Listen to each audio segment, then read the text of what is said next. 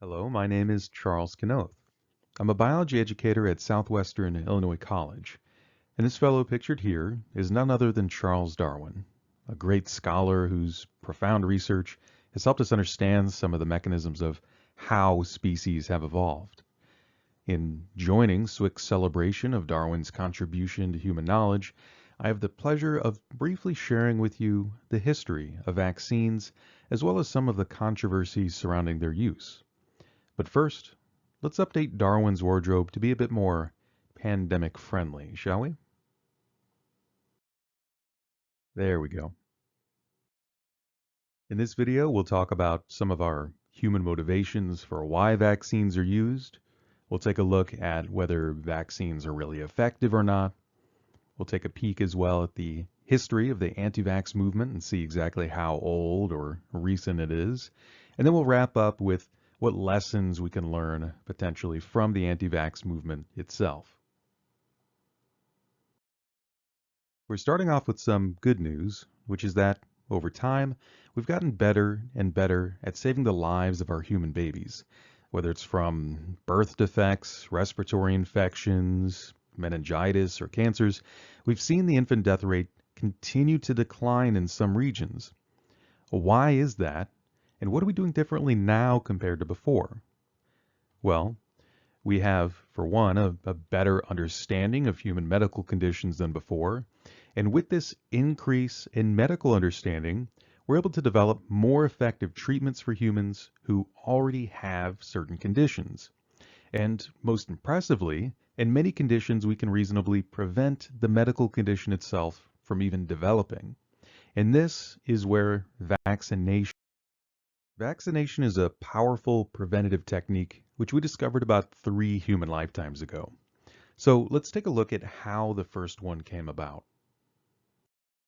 As is the case with most historical medical discoveries, we didn't exactly understand the complexities of how our bodies actually worked or how our immune system defended us, like we see a snippet of here.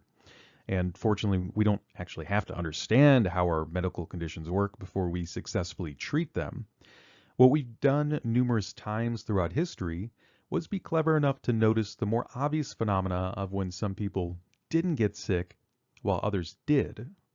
And we also noticed what they were doing differently.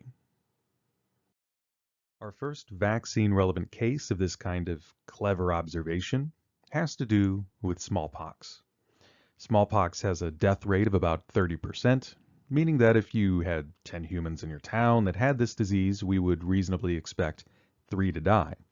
And that isn't to say that the other 7 would get off scot-free.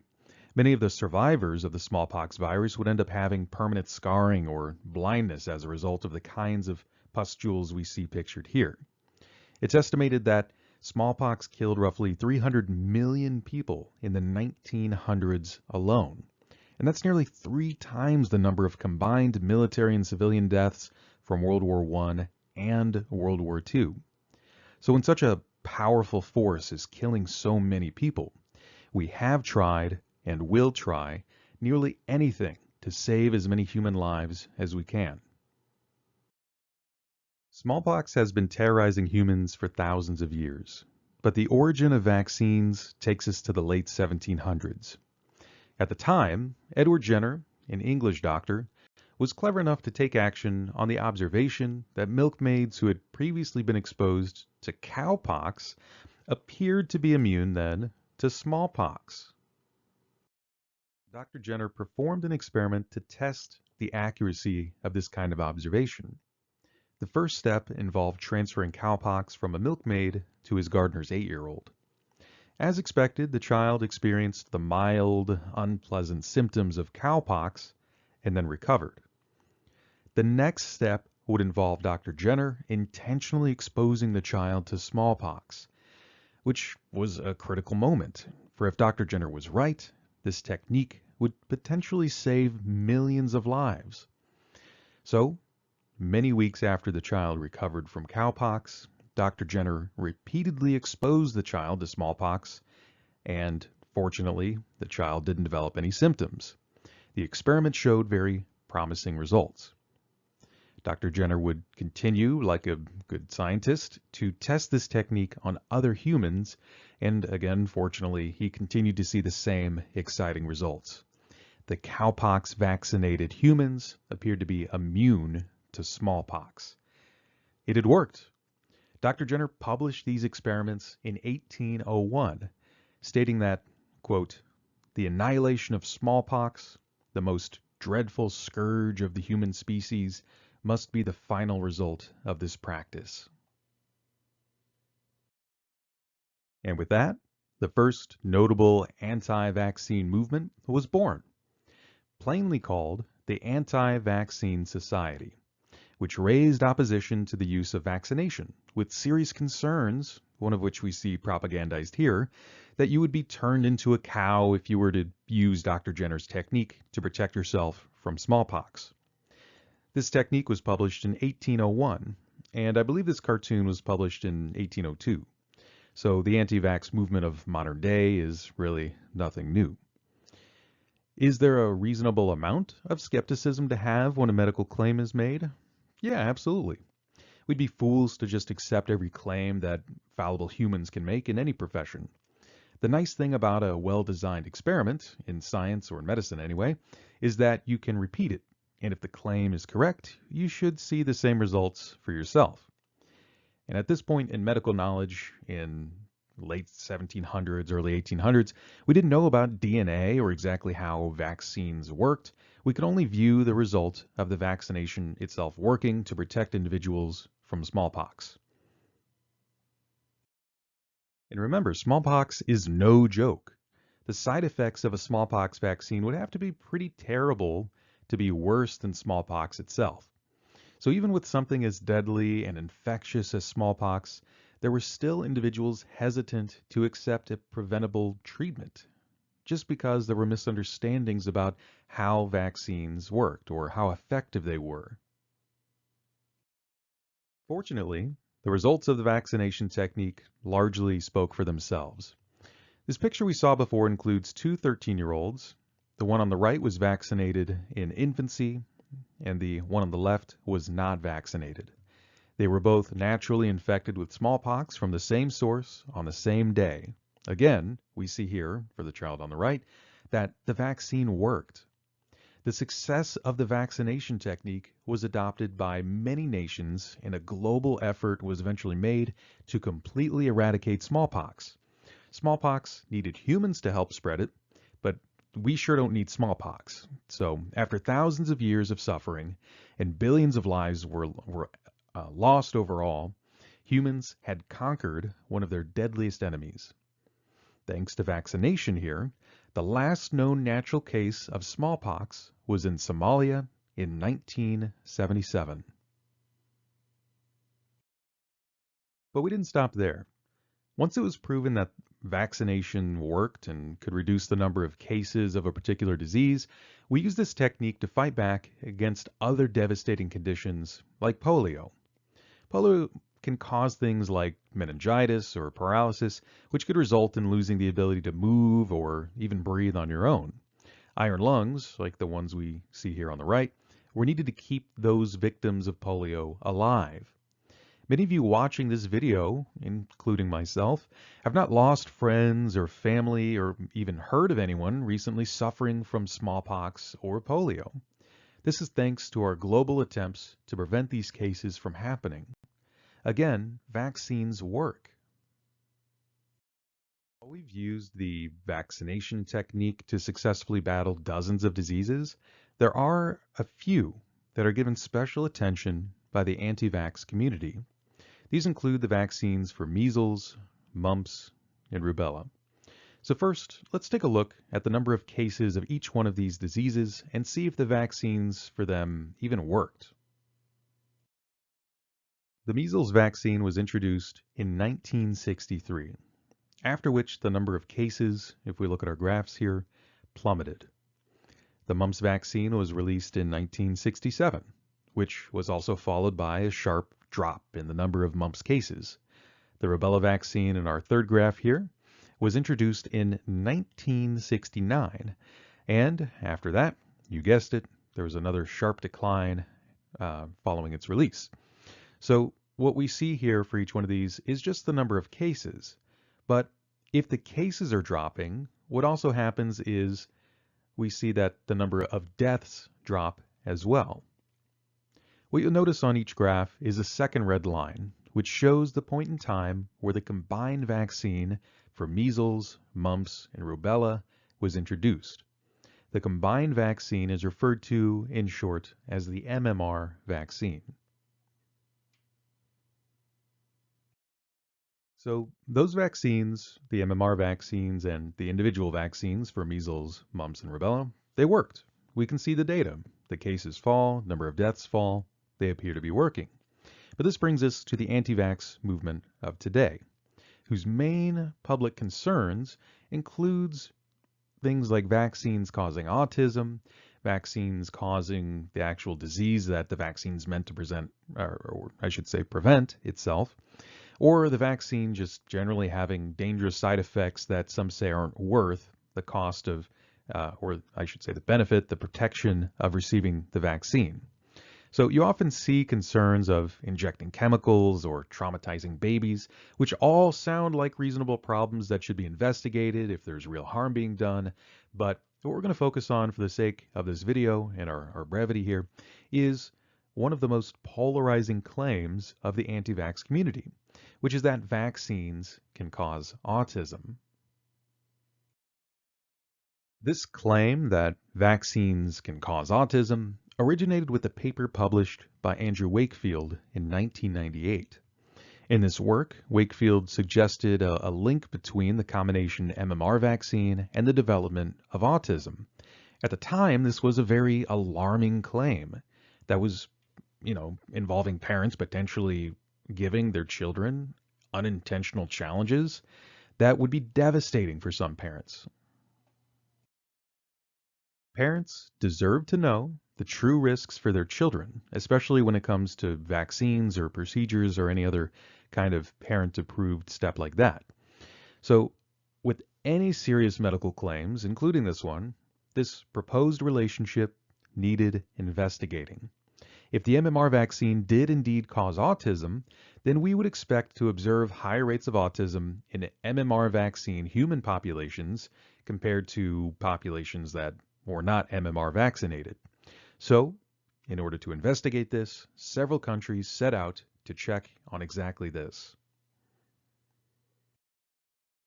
Just a few years after Wakefield's paper, different countries investigated this relationship with human sample sizes in the hundreds of thousands, which is an absolutely massive number. In investigations like this, the results of massive sample sizes are much more reliable than a smaller sample size of just a few hundred or even a few thousand. One example of an investigation is shown here from Denmark that was published in 2002, which found no link between autism and the MMR vaccine in over 500,000 children studied.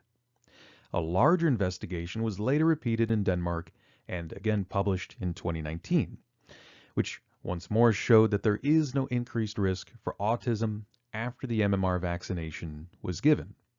This claim now has been thoroughly debunked by numerous countries, and the MMR vaccine continues to be used and save lives by preventing cases of measles, mumps, and rubella.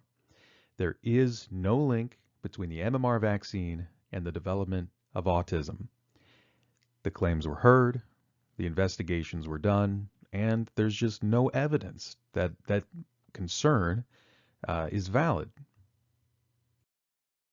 The problems with Wakefield's findings were numerous, unfortunately. For one, the patients of the study were self-selected.